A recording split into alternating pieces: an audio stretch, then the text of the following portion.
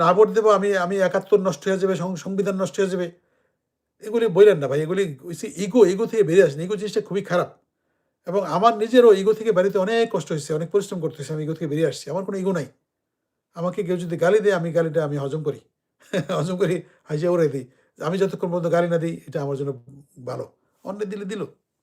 তা আপনারা যে আমার নেতা বা আমার নেত্রী সর্বশ্রেষ্ঠ, এর চেয়ে হাজার বছরের শ্রেষ্ঠ, এই ধরনের জিনিস থেকে বেরিয়ে আসতে হবে আমাদের, হ্যাঁ? আমার হাজার বছরের শ্রেষ্ঠ যে ছিল, এখন সে কি করবে? আমার কিছু করতে পারবে? হি ইজ ইন কবর।